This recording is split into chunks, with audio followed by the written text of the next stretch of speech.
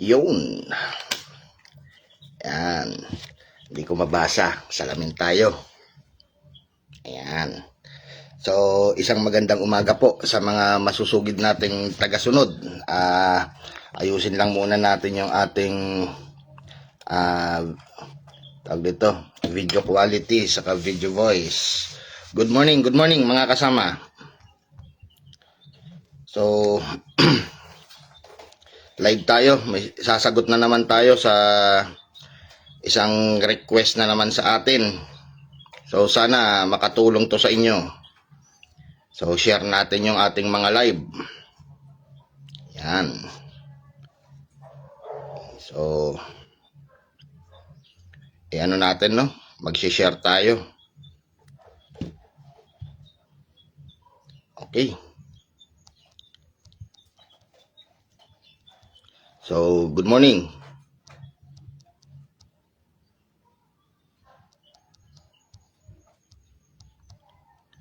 Okay. Thank you sa dalawang watcher right now na. So, mag-ano tayo? Si-share natin. Panibagong kasagutan na naman. So, pasensya na kayo mga kasama. Sunday, supposed to be, magde-day off sana ako ngayon. So, samantalahin ko muna ito. May pasok tayo 1:00. So, bago ang lahat, sagutin na natin tong katanungan sa atin. Ito talaga, hindi ko mawari, no? Hindi ko maintindihan. Walang katapusang tanungan, walang katapusang inquiry regarding sa pagkasa ng GAF. Okay.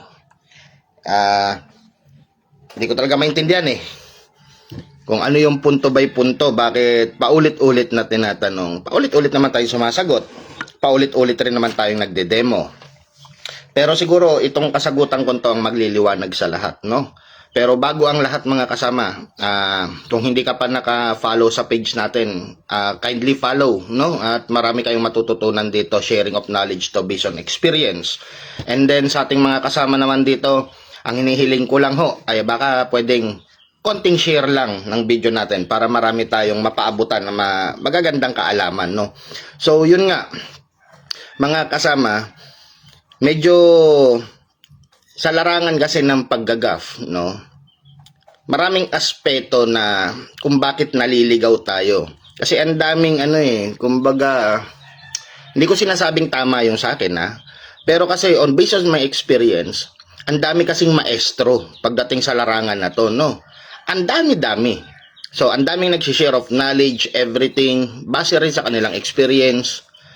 Kaya nagugulo, no? Nagugulo yung pinaka-essence ng pag-set up. Ano nga ba yung pinaka-maganda? At ano nga ba yung hindi? At ano ba yung nauukol? So mga kasama, sa akin kasi nung ako'y nagsisimula sa larangan na yan, lahat pinakinggan ko. Lahat pinakinggan ko. Lahat sinusubukan ko. Ano ba naman ba yung mag-aksaya ka ng ilang pirasong alaga mo, 'di ba? Para makita mo kung ano yung tawag dito, ano yung resulta. Pero sa bandang huli, nasunod pa rin is yung tamang adhikain, no? At maganda resulta. Kaya yan ang isi-share ko sa inyo. Sasagutin ko na kayo ng tapatan.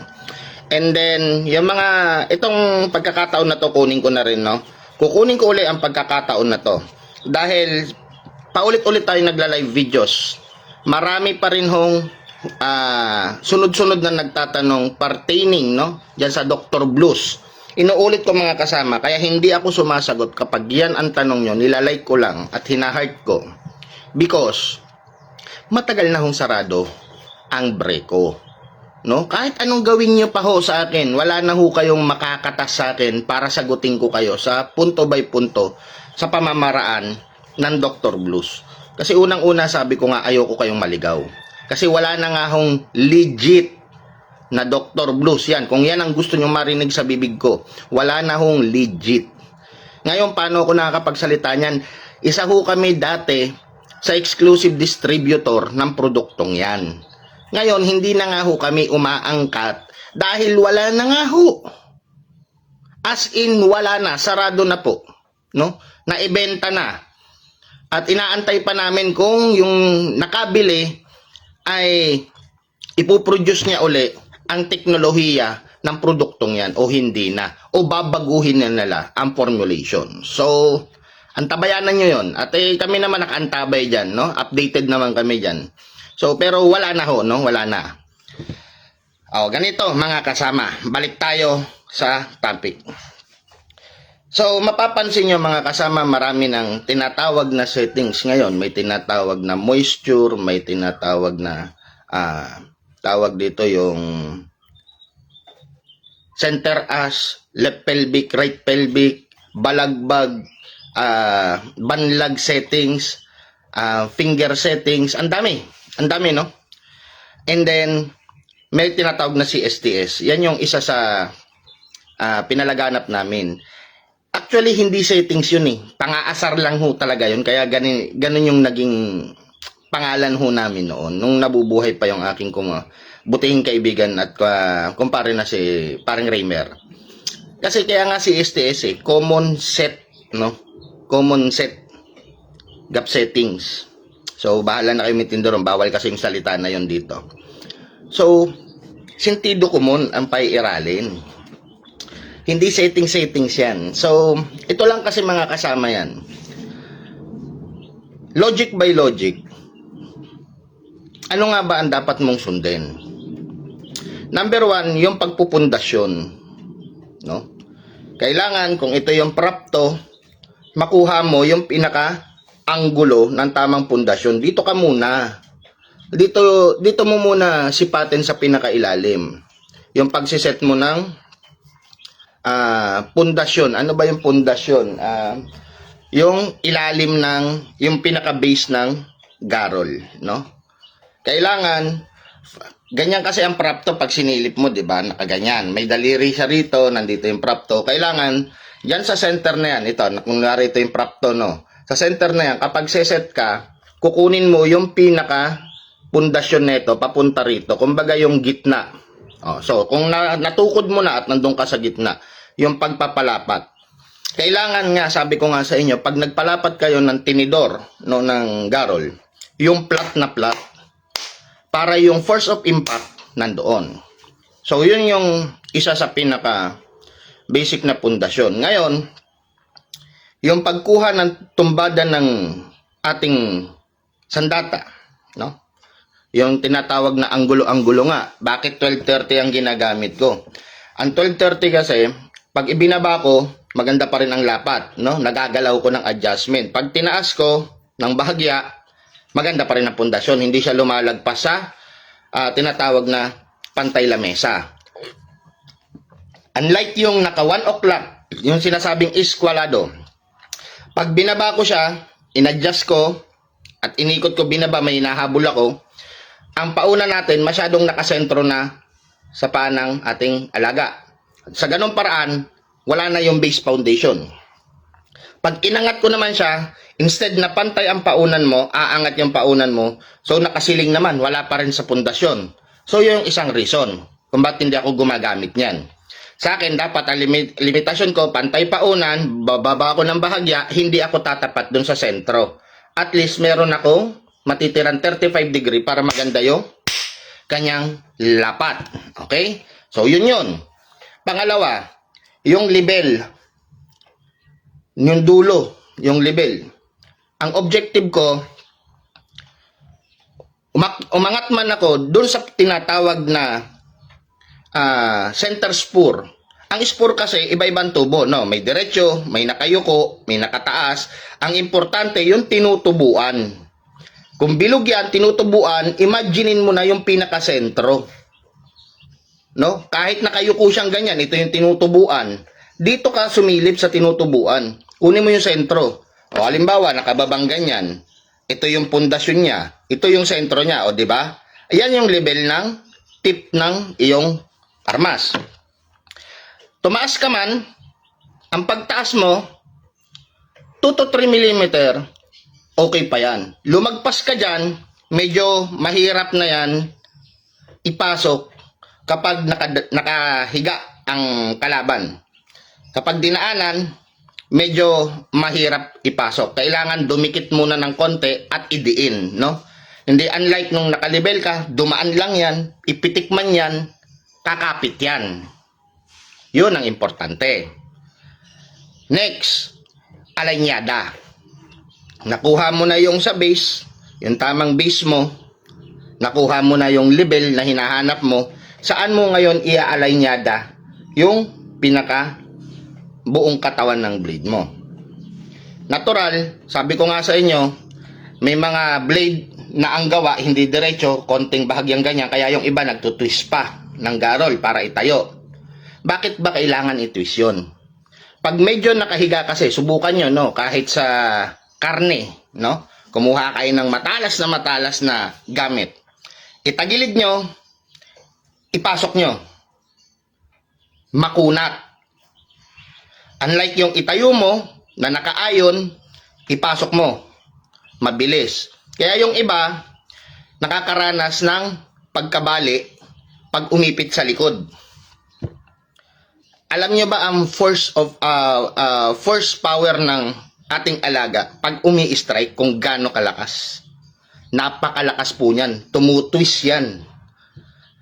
Kaya kahit anong klase ng armas nyo, gamit nyo, kung kulang sa kunat, pag ganon ang natsyempohan, nakakabali talaga ang ating alaga. No? So, lalo na yung malulutong na klase ng bakal. Yung mga hindi nag-uurong, ano ba yung mga yan? Yung mga series M35 pataas, no? Yung talagang kabit gawa lang. Nakakabali talaga yan. Nababali yon kasi nakabahagyang 15 to 20 degree, tawag dito, naka-slant yung kanilang blades. Kaya kapag tumama, naipit sa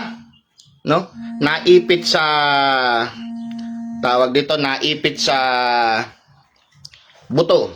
Kaya kapag tumuwis, yun, hindi nakakawala, nababali. O kaya man, yun yung nagiging dahilan ng pagkahang, no? Pagkahang. Tawag dito, humahang siya. Nakahang. Kumbaga, hindi na uhugot. Ayaw namin nung ganun. Ang pinakamasarap, maipasok mo, may force of impact dun sa loob, maganda yung sayaw, and then mabilis hugutin. Yun yung essence kung bakit tinatayo. Okay?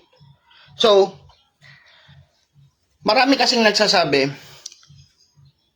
moisture settings, yung iba, ang sinasabi nila, paano mo isi-set yan, ang moisture nga tubig.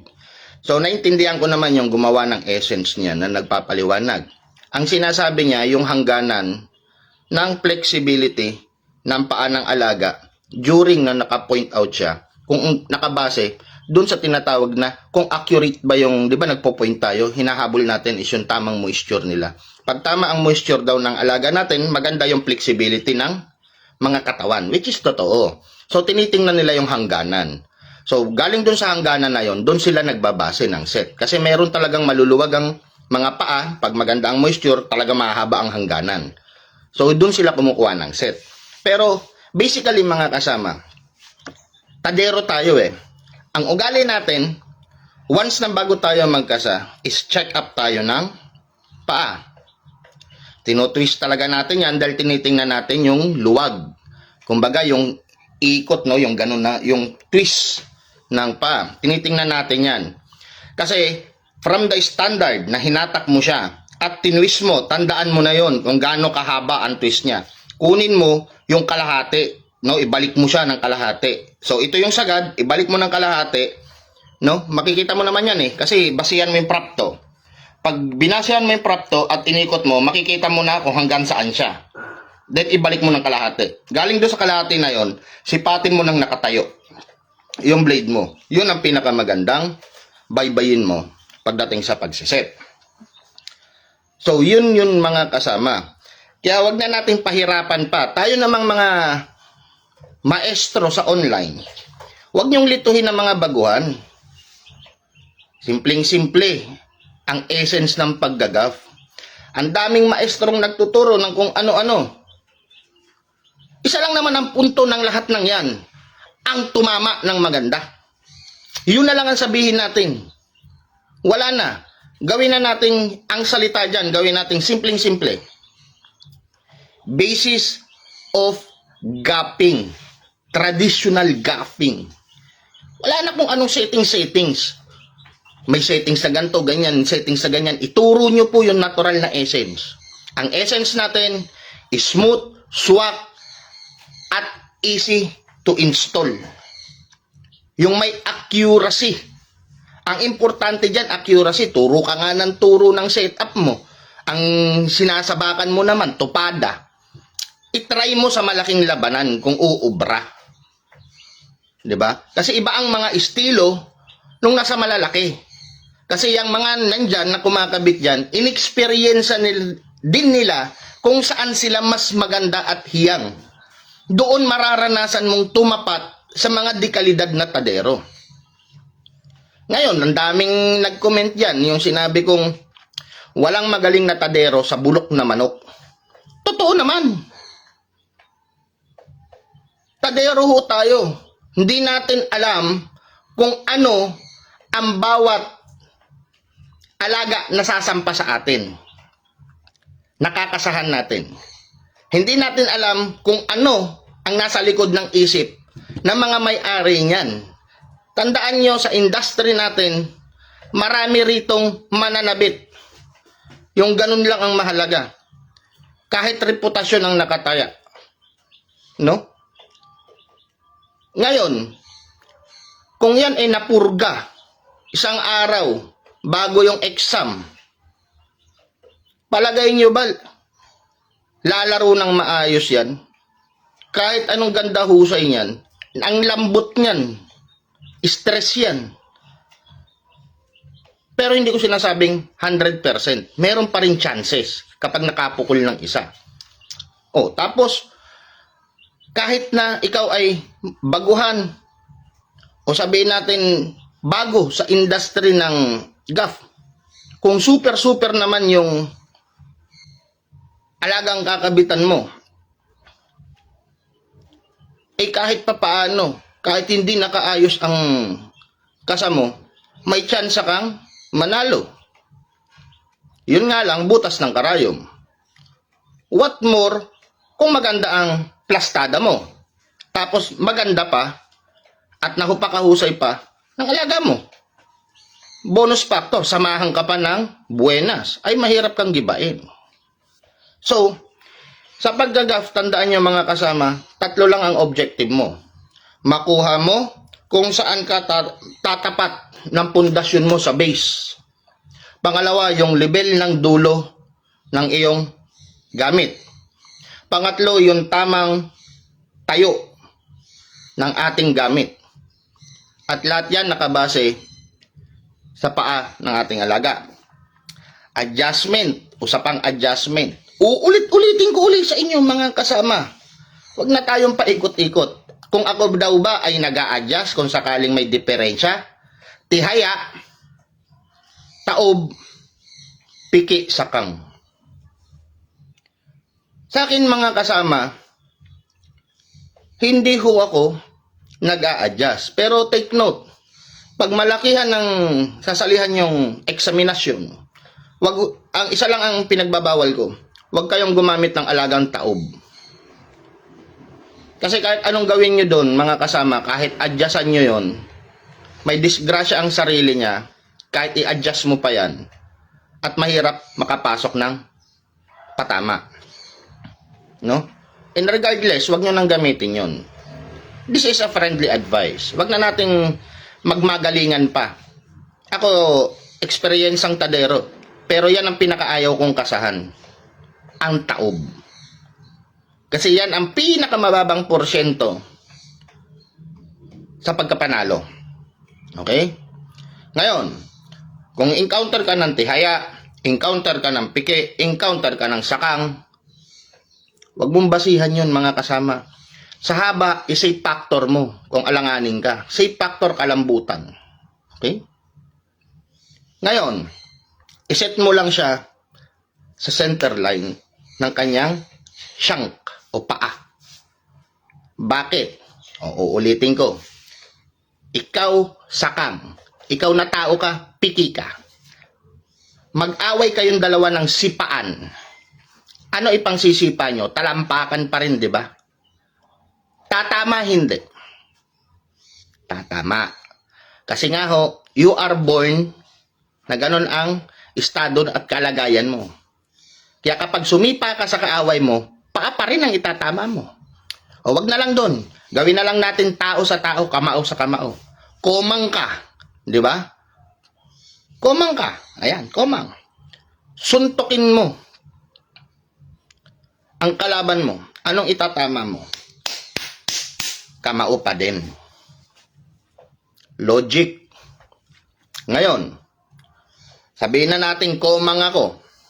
Inadyasan ako ng kasama ko. Nilagyan ako ng tali. No? Nilagyan ako ng tali. Nakatali sa leg ko, tinali ang kamay ko para daw nakaganyan, diretso. Bumuelo ko ngayon, pagbirada ko, dibitin, hindi umabot kasi may nakapigil. Dahil inadyasan ako eh. Ngayon, ang nangyari, sinalo ko lahat.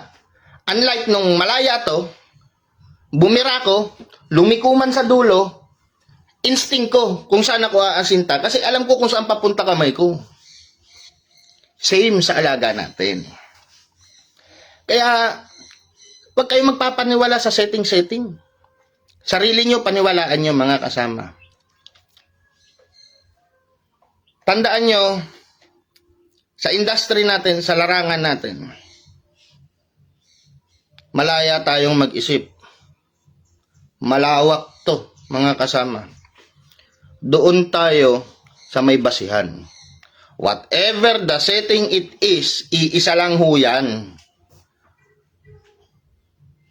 Kung ano man yan, that is the GAF traditional settings. Wala nang iba, wala nang tawag-tawag na kung ano-ano pa. Nagbabago lang to sa kanya-kanyang objective, sa kanya-kanyang diskarte. Ngayon, yun ang diskarte ko eh. O, pinag-aralan ko rin yung laglag paunan. Dahil may basis ako. Engineering science, ang ginawa kong basis. Inaral ko. Kaya nga sabi ko nga, sa malalaking eksaminasyon, pag gano'n ang ginamit ko, kahit pa paano sa sarili ko, I have confidence, 80% may confidence ako. Pag sumama ka, dalawa lang pipilian mo. It's either pilay o disgrasya ka na. Pero pag akong naunahan, dalawa lang din ang pupuntahan ko. It's either pilay din ako o disgrasya ko. That is the nature of our industry. Walang magaling ho rito. Ang maganda rito, yung resulta. Nakikita mo yung resulta ng ginagawa mo. Oh, yung mga nagtataas ang kilay na nahimik bigla, di ba? Nung pinakita ko ng live, yung aming eksaminasyon during the GAF, during actual, at hindi sa small event. That one is big event. That one is for the big boys. O, nakita nyo, simula't simula hanggang huli, consistent ang nagiging resulta. Kahit malayo sa tingin ang aking alaga, basta extended ang aking paa, sumabay ka. Pagbagsak may resulta. Gumigewang pilay. Doon pa lang, mataas na ang chances mo. Kasi mahirap na siyang bumalik. O, buti kung isa o dalawang beses ko lang ginawa, di ba? Yun, masabing tsamba. But 6 consecutive. Same result. Hindi ho tsamba yun. May basis ho yun. At bukod dyan, samahan nyo na ng magandang proper selection. In time of selection in gameness, ang prepared ko is yung aking mga alagang always lutang. I don't care if they have a multiple striking or single striking. Because in this sports, cutting is the name of the game. Isang malinaw lang, may resulta yan. Kasi kahit anong super ng alaga mo, kahit sobrang machine gun pa yan, pag yan pinilayan na, wala na yan. Hindi usapin dyan ang multiple, no? Ang usapin dyan yung accuracy. Yun ang basis ko. Plus, samahan mo ng ganong estilo ng kasa, hiyang na hiyang ho ako dun. So, mapapansin nyo nga, di ba? Sinasabi ko ever since pa na nag-start akong mag-live, nagturo. Huwag nyong paniniwalaan, sabi ko sa inyo, ang sinasabi ng iba. Yung sabing hindi natuturuan, alokohan yan. Lahat ng bagay natuturuan. Kaya nga, they are called born to be a warrior. Even the boxers, namomodified ang estilo through proper training and program. Bakit mga kasama? Sa tagal kong nagla-live, sa tagal kong pinipresent sa inyo, true live, win or lose, ang aking eksaminasyon. May nakita ba kayong hindi umangat, gumirik ng alanganin sa lahat ng sinasabak namin? Wala ho kayong makikitang ganyan. Always, abang, pag pinasok mo, lulutangan ka. Laging nakaangat. Kasi yun ang pinaka-powerful weapon nila sa taas. And then, mapansin nyo kahit dapana ang kanilang katonggali, pag sila pinitik dinaanan, pumapasok ng accurate ang kasa. Yun ang essence na maganda at okay na ang settings mo. At huwag na huwag ka nang magbabago. Siguro naman, yung paulit-ulit na nagtatanong sa akin regarding dyan, nabigay ko na sa inyo ng 200% maliwanag ang adhikain, estilo, at pamamaraan ko. No need na akong mag-actual ng demo. May mga demo na ako before. Dito, yung demo kong yun before, ay susuportahan ko ng proper technical explanation. At ito na yun. So, ngayon mga kasama, kung sa palagay ninyo, no, ay meron pa ring butas yung paliwanag ko, wala na ho sa akin ang problema niyan. Ang problema na ho niya nasa inyo. Because, sarado po ang isipan nyo for new learnings. If you are seeking for new learnings, for new accurate style, at innovative, at gusto nyong i-improve, this is the right time na makinig ka. And then from here, subukan mo, baguhin ang estilo mo. Kung magninik sa'yo, kung okay sa'yo, i-maintain mo. Kung hindi, tapon mo and try to explore more. Sabi ko nga, non-stop learning. Hindi ko kayo pinapako dito. Kasi ang estilo, sabi ko nga sa inyo, depende yan sa inyo. No? Kung hindi sa inyo hiyang ang sinasabi ko, try to seek more. Non-stop learning. Nothing else. Sa akin, sinishare ko, binabahagi ko, experience ko, techniques ko, kung bakit ako nag-stay sa ganyan na settings. At through the years, na presence ako sa industry, lamang na lamang ako rito. Dito ako hiyang. Ngayon, kung tataas nyo pa ang kilay ko, ang kilay nyo, isa lang ang sasabihin ko. May style, may techniques. No? Meron na ho yang napatunayan. So, wala na akong kailangan explain. Wala na akong kailangan na idahilan. Simple matters ang explanation ko at ito yon. So ngayon mga kasama, since sinagot ko na yung paulit-ulit na katanungan na yan, no? At niliwanag ko rito yung dahilan ko, siguro naman ay okay na yan. Kaya mga kasama, tatapusin ko yung topic natin within the day regarding sa pagpapaliwanag ng estilo ko on gaffing. Okay? Kaya mga kasama, always still tune dito sa page na to. Kasi ang tanong nyo rito sa akin, at alam kong importante, isi-share ko always through live, and then isi-share ko always sa aking YT. No? So available yan, both side, dito at in YT. Kaya mga kasama, sasagot tayo sa ibang mga katanungan in a few seconds, but right now, tapusin natin ang topic na to. At muli po mga kasama, suportahan nyo po always ang page na to at nagpapasalamat ako sa inyong lahat na walang sawang sumusuporta at laging nakaantabay po sa bawat live natin. Kaya ito, muli po, si JRB, ang nag-iisang Mr. Natural ng Pinas. Kaya hanggang sa susunod mga kasama, stay tuned always. Hanggang sa muli.